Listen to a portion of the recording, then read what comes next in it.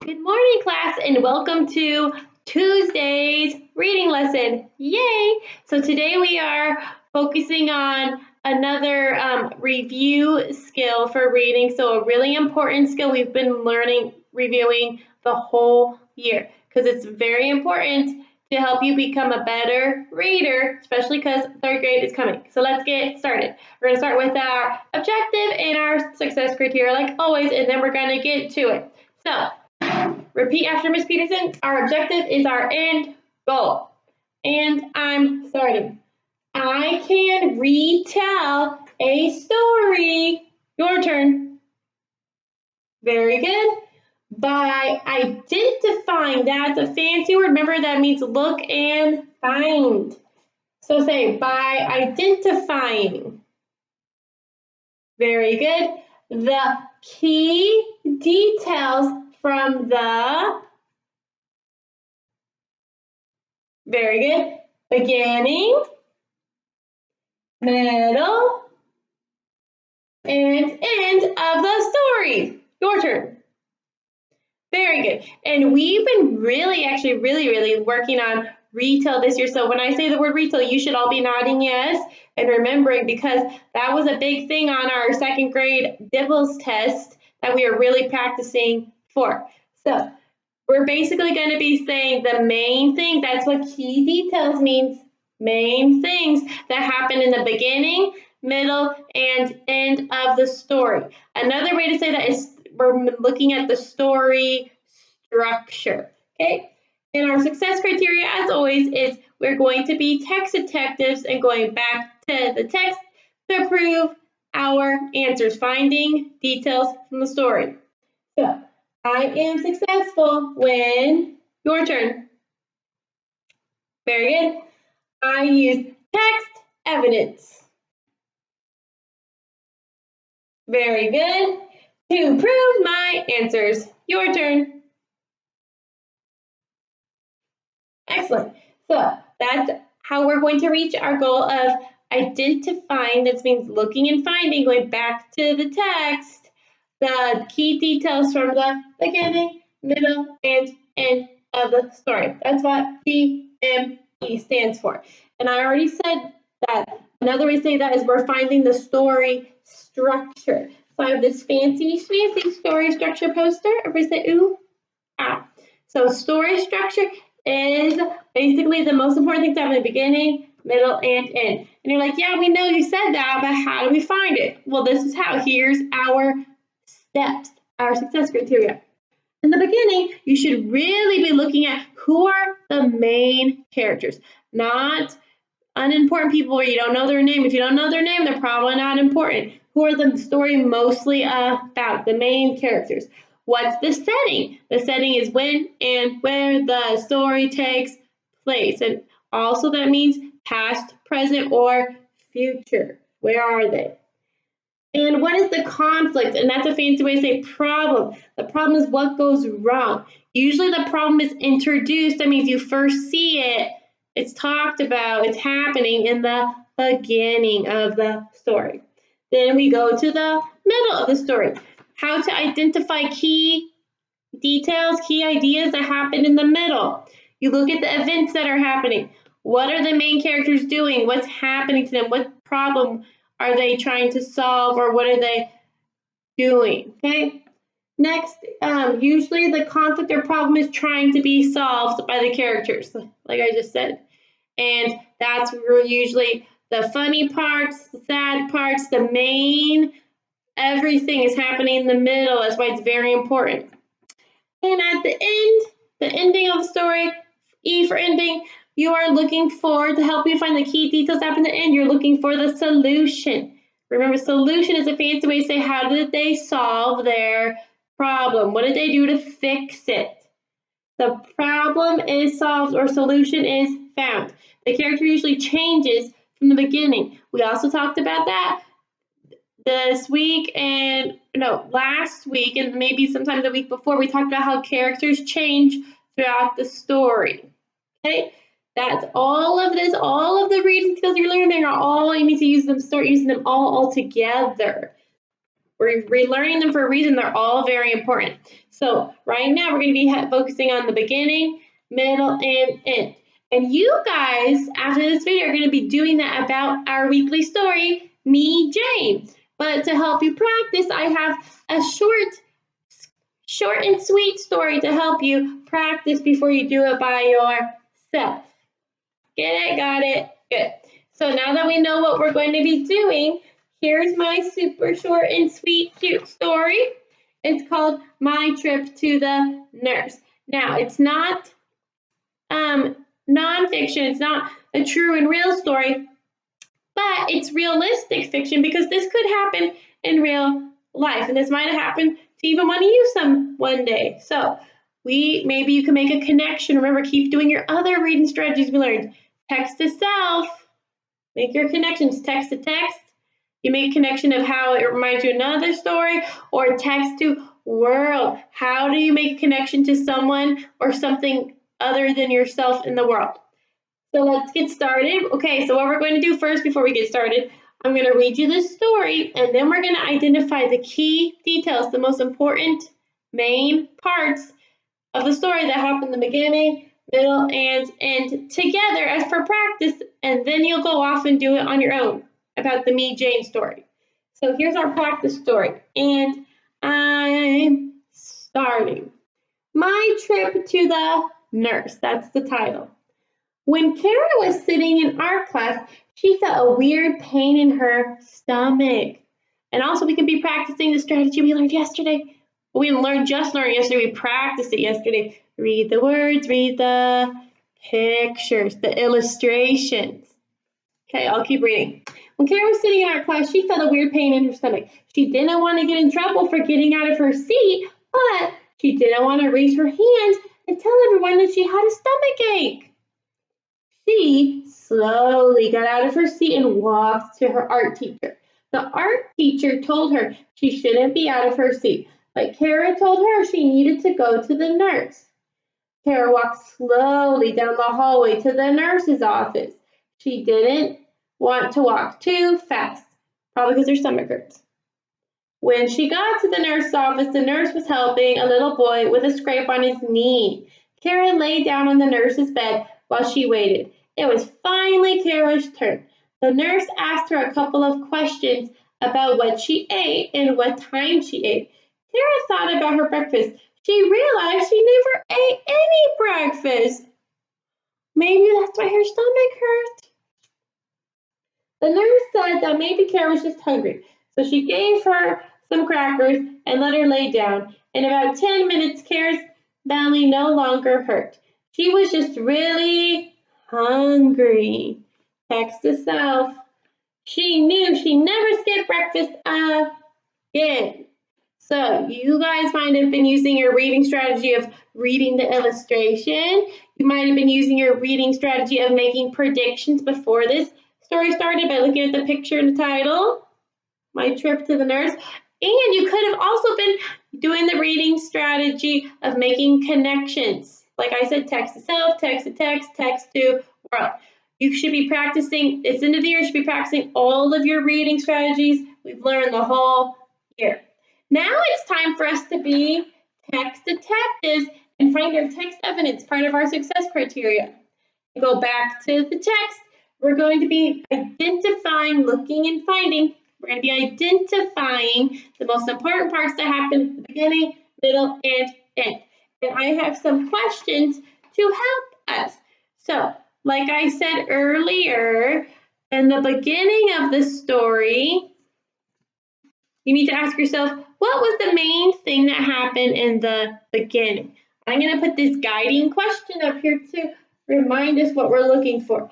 And to help you remember what you're looking for, remember that you need to look for what the problem was. What is the problem in the story? You need to ask yourself that. Go back and find your text evidence. And you need to ask yourself, who are the main characters in the story? That's what you should be looking for in the beginning.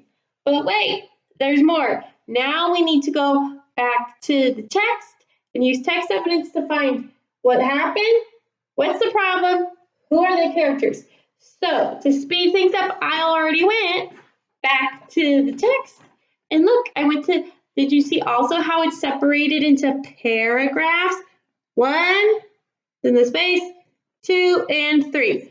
3 paragraphs for beginning, middle, and end. So I went back to the text to the first paragraph because that's the beginning of the story, and I found what happened, what was the problem, and who were the characters.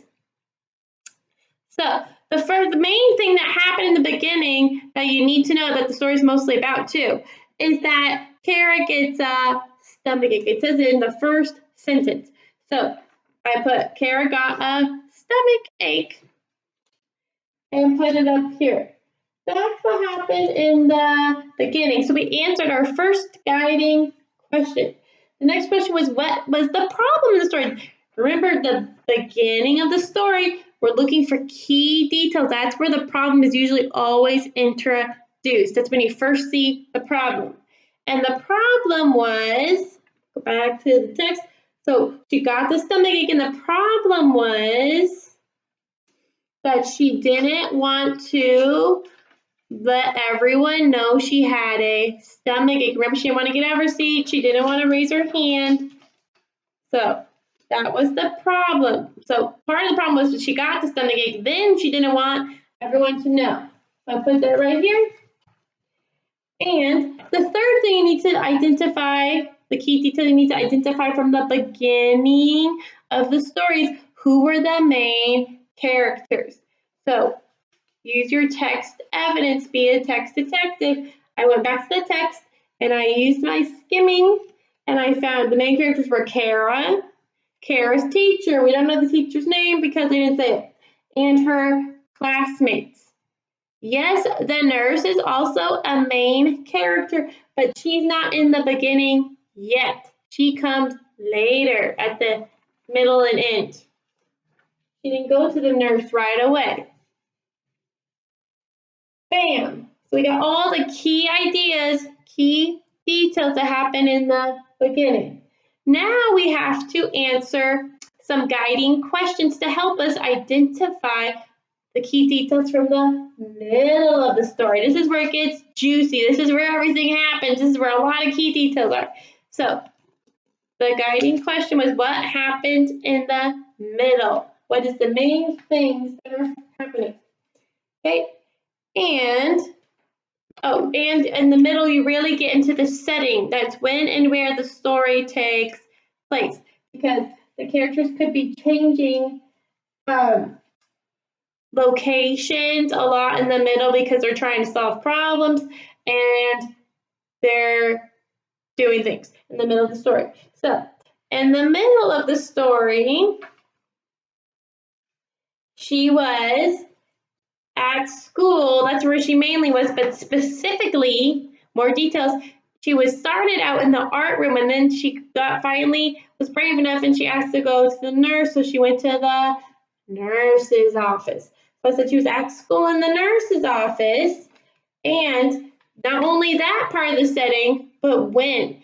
This story has all these clues and details and the illustrations. Does it look and sound like it happened a long time ago in the past? No. And we also said, you could have used this as a hint, we said this was realistic fiction, like it could happen to you. You live in the present, okay? And doesn't sound like it could have happened too far off in the future. So that's how we know this is happening at school, in the nurse's office, in the art classroom, and in the present. That means it's happening now. So I wrote that on my sticky: at school, in the nurse's office, in the art room, in the present, and I stuck it up here. Now we got our we got our key details and ideas from the middle of the story. Last but not least, we have to identify the end.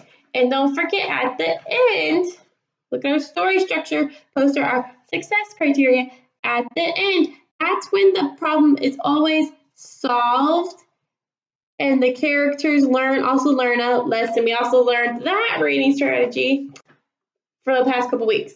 So the guiding question is, what is the main thing happening at the end? I don't know. We got to go back to the text and find out. So go back to the text and let's find out what happened.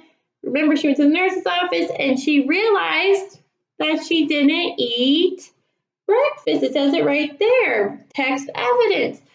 And then she found out that's why her stomach hurt. She was just super, super hungry. And the lesson she learned was what she said at the very end, also text evidence in the very last sentence.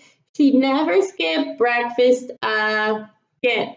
So we have how they solved the problem. They realized she didn't eat breakfast, so the nurse gave her crackers. And the second thing was the lesson she learned was to never skip breakfast again. So that's the key ideas, details that happen at the end. So I wrote that down for us. So she went to the nurse gave her crackers, and she would never skip breakfast again.